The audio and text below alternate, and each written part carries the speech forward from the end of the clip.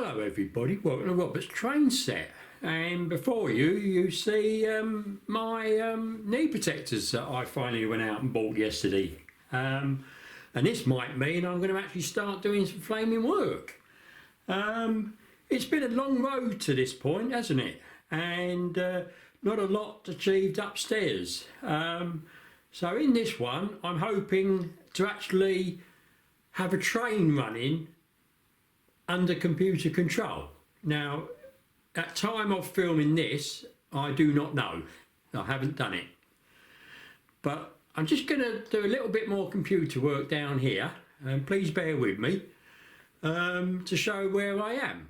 And if you remember from the last episode, number 2, I scrubbed out my layout, didn't I, that I'd drawn, and all those blocks and feedbacks, and just wiped it and started again, as you saw, with a little bit. So I'll take these away, and behind, and they are very comfortable, I've tried them on, got them from my local Argos. As you can see, we've got a new layout, and as you can see, like the first bit you saw, very angular, tight corners and things like that. Now, even when I did this, after I'd done all the blocks and all the feedbacks again, I had second thoughts and thought, will this work? Because in places I've used a point, which might be in reality a normal Hornby point, but on here is a curve point. And I was a little worried that maybe it wouldn't work. I thought it might, but I wasn't sure. So phone call to Alan, not Dragon Junction, and he confirmed that yes, and you can even use a left point for a right point. It doesn't really matter, so all okay. So as you can see, we're here, and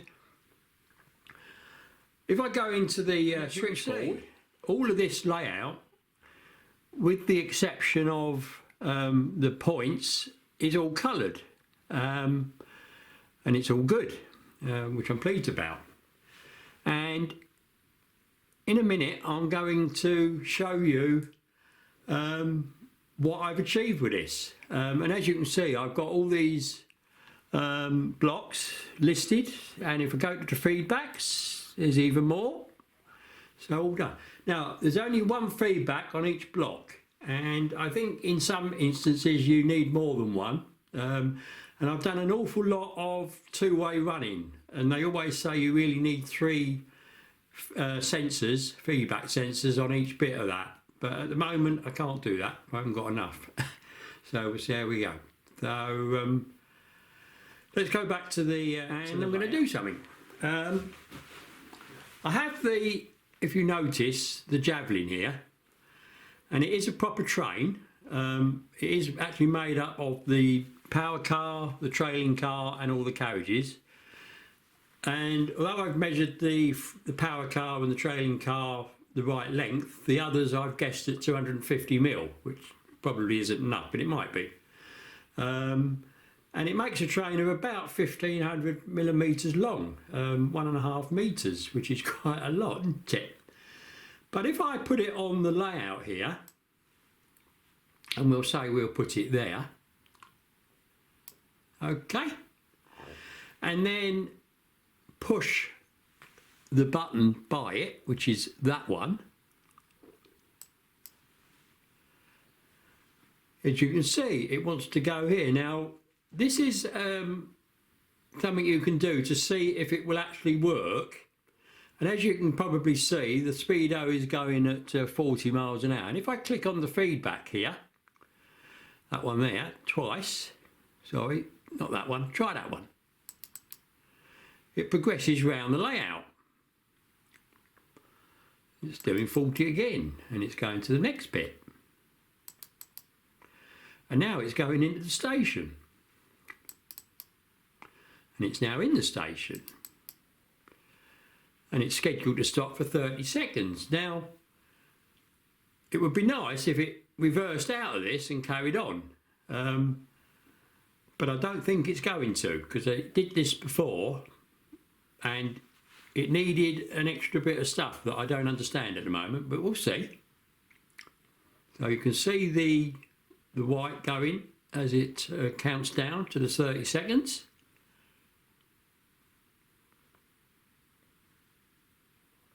And if you notice, it now says cannot start, no reservations. So I don't quite know what that is. If anybody can tell me, it'd be good. I'll have to read up about that. But if we now take this one out, and I'll put it up the top, get rid of the that bit, and I'll put it up here, and we'll see if this works. Click the button again, and see where we go. So it says here route not possible, which you will get. So don't know quite why. So we'll remove that.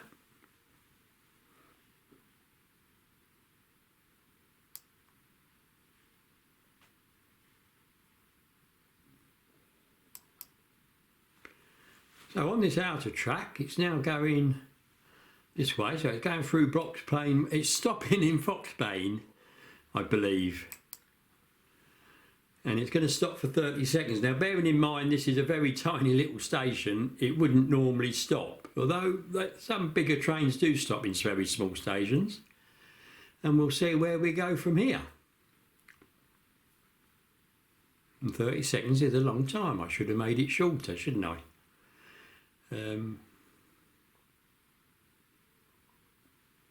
So again, it's got no reservation, so I don't quite understand that. So it's still not working great, but I am quite happy with this.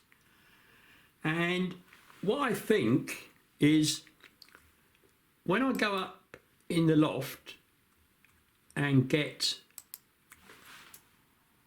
all the stuff sorted, and that did actually reverse, if you notice there, look, but it just wouldn't carry on. So that's something I need to sort out in auto running. But I'm quite pleased that it is actually auto running. It means, technically it's going to work. And bearing in mind there are no distances in this, there's no lengths for any of this track. So I tried this earlier and it actually tried to go in, well, it did actually go into the little terminus station there where the 101 DMU usually sits.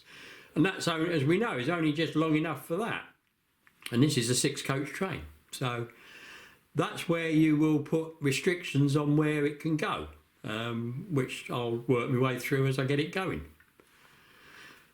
So I'm going to come back to me and we'll see how we go. So I thought I'd sit in my sofa, and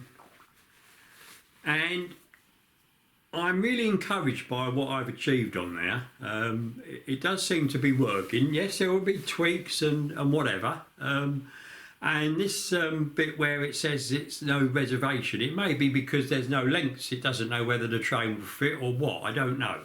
So I think I need to get up in the loft and give it a go. And that's what you're going to see next. So all this work that I've done in the last, what we're talking about 11 episodes, haven't we, comparing with the initial series and now this new one.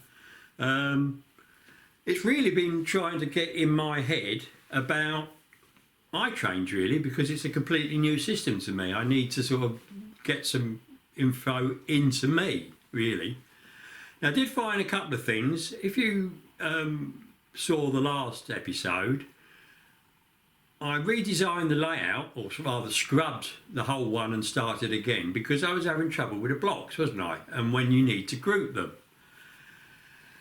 And what I found after I'd done that is that you can actually group something and then you can click individually on the bits of track you don't want in that group and delete them.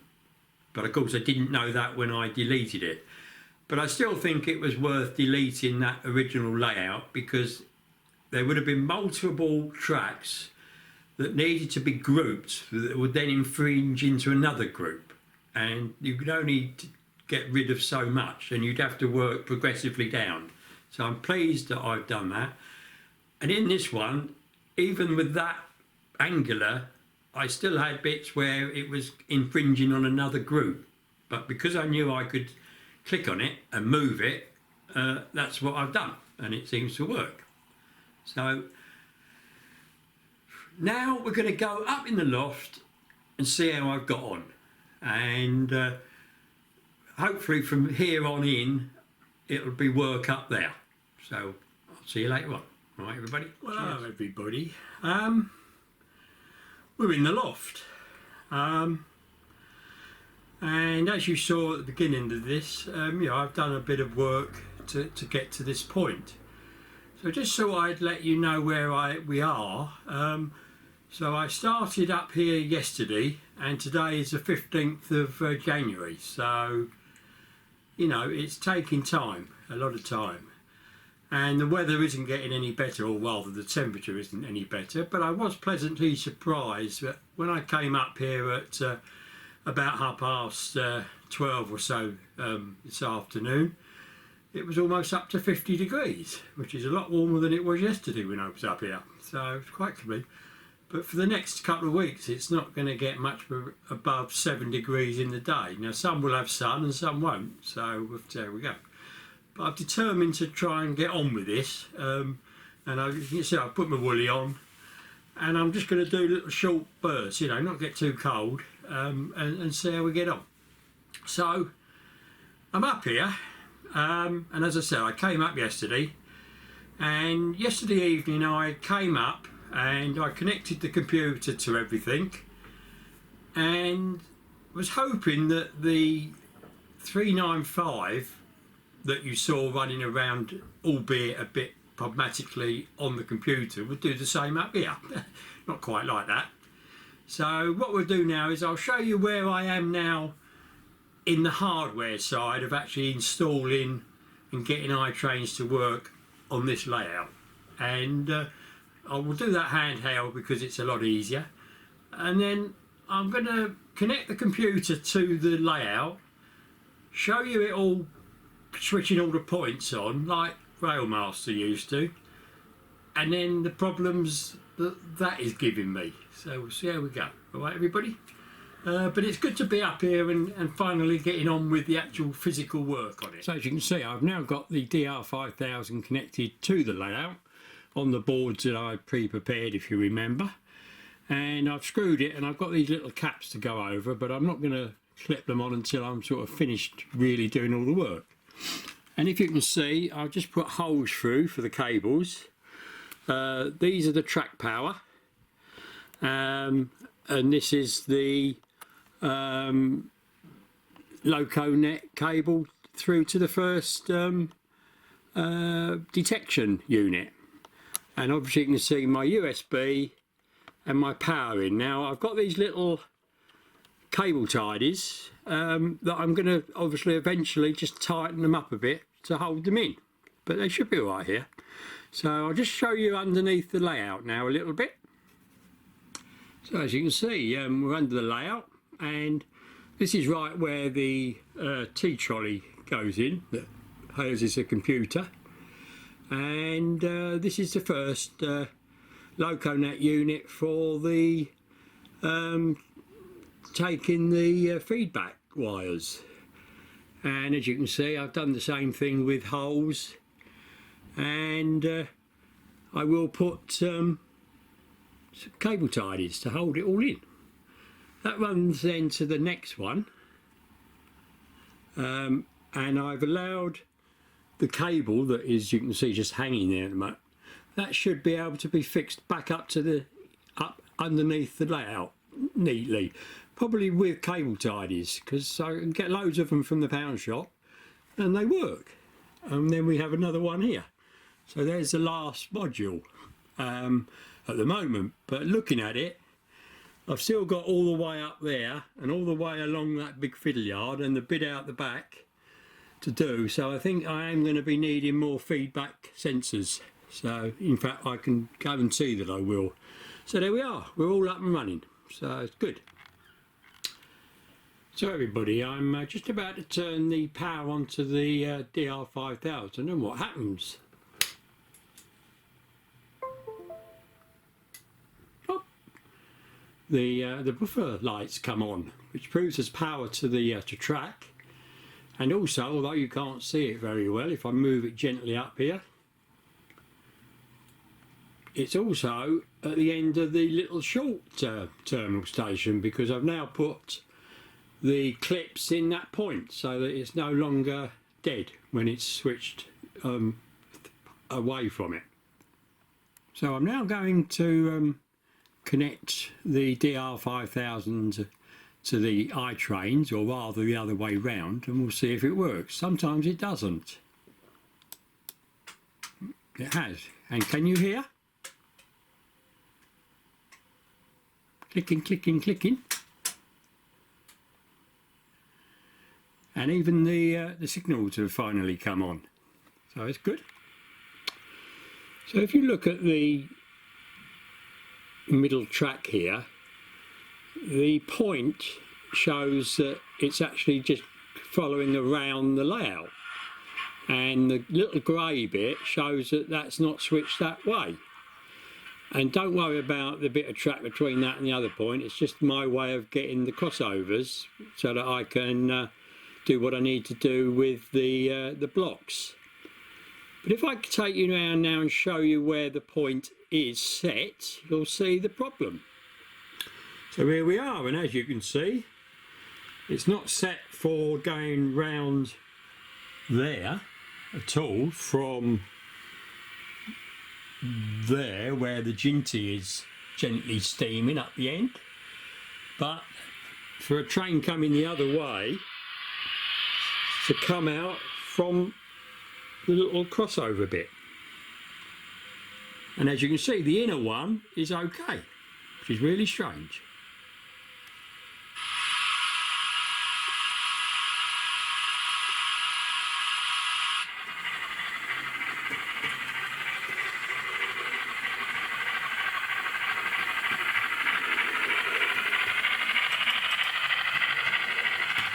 Now, as you saw, even though that point was blatantly against the locomotive,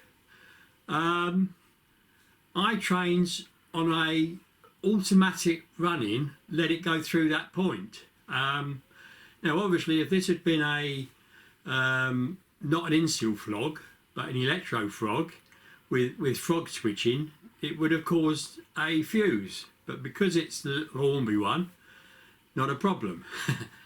But obviously if it had been running the other direction, it would have been a real problem, and basically iTrains would have lost knowing that where the train was, and it would do an appropriate message. So what I'm up here today ostensibly, hopefully, and maybe tomorrow, is to see if I can sort these points out so that they actually are the same as on the diagram on the computer.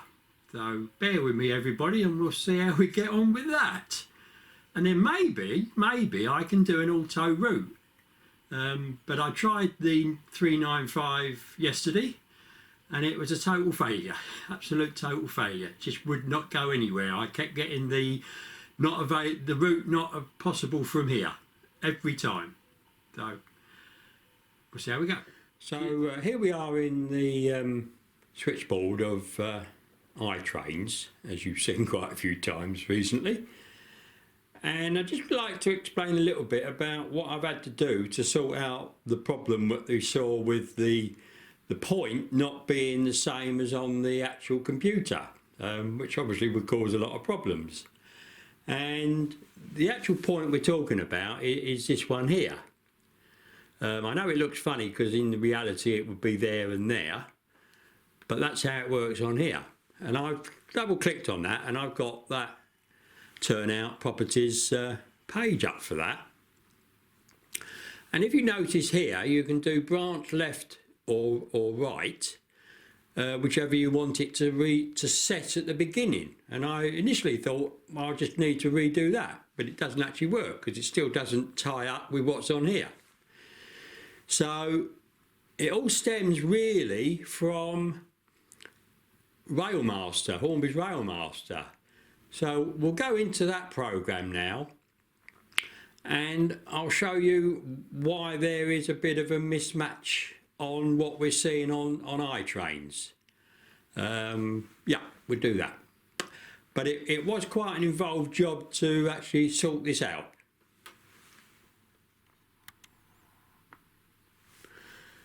So I've opened Railmaster on the old computer, and what you're looking at is basically the switchboard, the equivalent switchboard to iTrains. This is where you design your layout and switch everything and sort everything out on the E-Link system on the Railmaster. So what I thought the problem might be is, you can see this little box here, and if you click it and get a tick in it, it basically alters the polarity of the point motor. So for instance, if, as I'll show you later on, you wire it up the wrong way round, so you know the left and the right is wrong, you can just click that and it'll put it right. And that's what I used to do in this particular program, quite a few in fact. So I thought if I just untick these, or tick them if they need it, that would put the problem right. It doesn't. Because obviously ticking it is only working in the Railmaster system. It doesn't work on iTrains. So we'll go under the layout and I'll show you what we have to do. But it is very frustrating, very frustrating.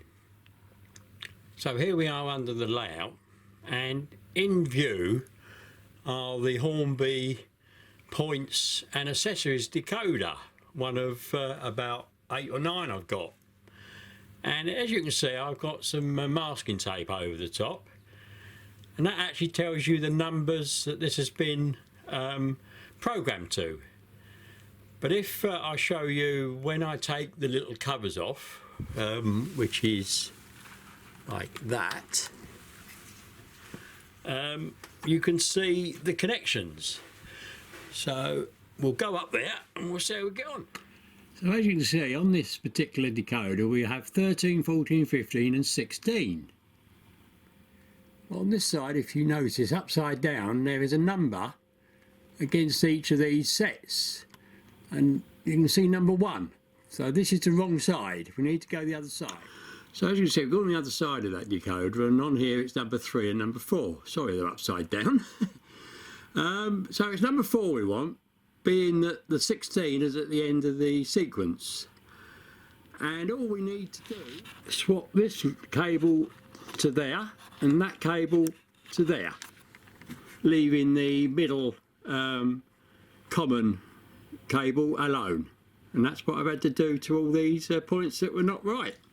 So that's basically what I've got to do, is swap the cables over on those. Now it does unclip from underneath the layout, but then it's sort of swinging in the air a bit, just held by the wires. It's not ideal. And as I've said before, I do have real trouble holding my arms up for very many amount of time to do this. And also you're right up against the underside of the layout, and what I do to help it is I use this little footstool with a cushion on to sit on. And the other problem is getting the light in the right place to see what you're doing. But the one that you saw is, I've got about another 3 to finish, and I do it in small batches so that my arms have a chance to recover. But I do, of all the things on my model railway, putting those decoders in and wiring them up is the one that elicits the most, shall we say, not very nice language. It really gets me down doing these, but it's got to be done. But we are getting there. As I say, I've got about 3 left to do, and then hopefully we can just try and run these trains automatically. What the outcome will be, I don't know. But I will only do 1 train at a time, because obviously it doesn't know where they are or anything. So there we go. So hopefully I can show you that next. So I got those points done. A lot of hassle. I really struggled. I even used my tripod from the cameras to hold my arm up. It was that bad, and the movie light to illuminate it. Now this is the 395 Javelin going off from the station side, as you can see. Now this is actually automatic. This is, I've just put the train over there as I normally do and just click the arrow as you've seen downstairs. And this is how fast it went, because obviously I assume I've set that track over there at this sort of speed. So it takes quite a long time to get round this bit, and I won't leave it too long. But then what I'm going to do is start it again from the side I control the train set from, you know, so, you know, where the small siding fill yard is. So here it is, and this is obviously set higher, this track this side, because you can see what happens. Now remember, this is still set, you know, it's not been speed match, it's just that straight line for the speed. And the decoder is as it was, I've not altered that, remember? It goes round well, doesn't it? That's a bit of a row. And there's the speed. What do you reckon that is? About 73? 71.4 it's saying in the middle there, look. So yeah, that's pretty good. But you can see it's only highlighting where it's set off from and maybe where it would finish, I don't know. So yeah, it looks good. I'm pleased with this.